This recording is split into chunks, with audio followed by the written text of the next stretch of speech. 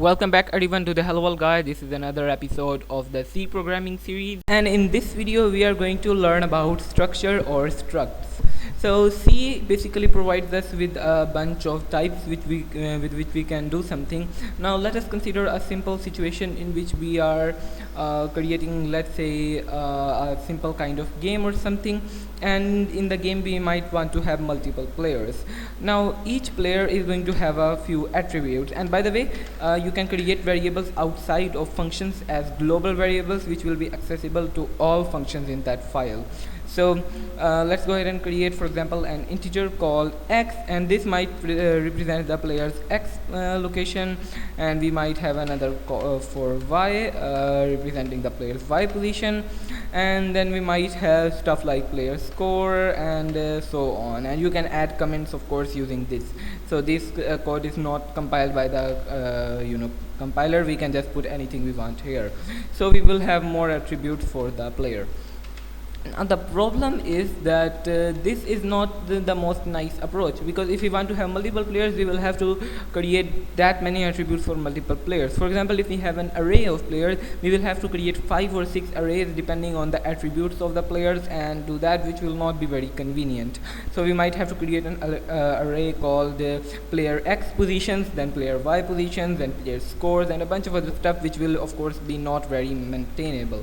So what structs do is that they allow us to essentially not do any of this, but combine different types into like one structure essentially. So let me show you an example. In order to replace that verbose code with a nice and efficient struct, we can go ahead and say the keyword struct here, and structs are created usually outside of functions, and they can be like accessed just like a type.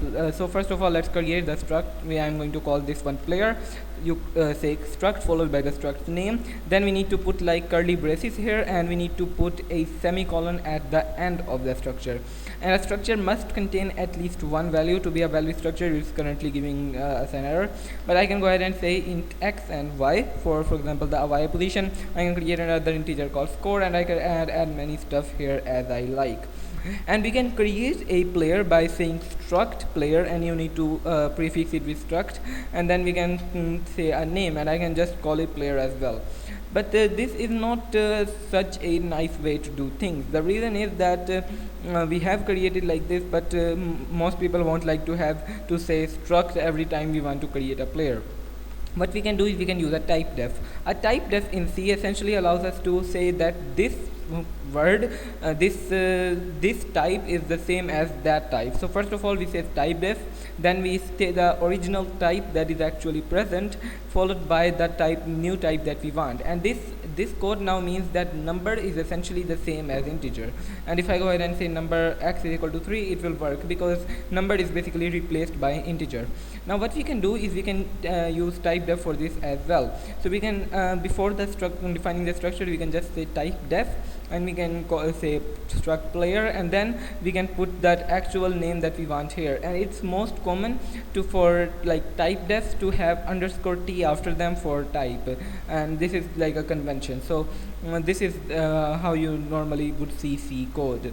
So player underscore t means a player. Now we can replace this with just player underscore t, and that looks awesome. And now we can actually remove this here, because the struct does not need to be named necessarily. If you don't name a struct, it still works fine. So you can go ahead and see that this works correctly, and I can go ahead and say player underscore t player now here, just as I like. So yeah, this was the basic idea behind struct. So now in order to actually use it, what we can do is we can go ahead and say player followed by dot, and then we can access any of these. So you can say player.score, player.x, and player.y, and we can use this just as we want to. And this is a type. Now we can make functions that return this. For example, I can create a player underscore t called like create player, and you can have this as arguments, and you can like create pointers to this type. This is just like any other type in C. So yeah, this was the basic idea behind structs. This is pretty much it for this video, and in the next video we are going to combine pointers and structs to create a linked list structure, which we will discuss in the next video. So yeah, stay tuned for that. I will see you in the next one. Make sure to like and subscribe to this channel as well, and share this video with other people, and bye.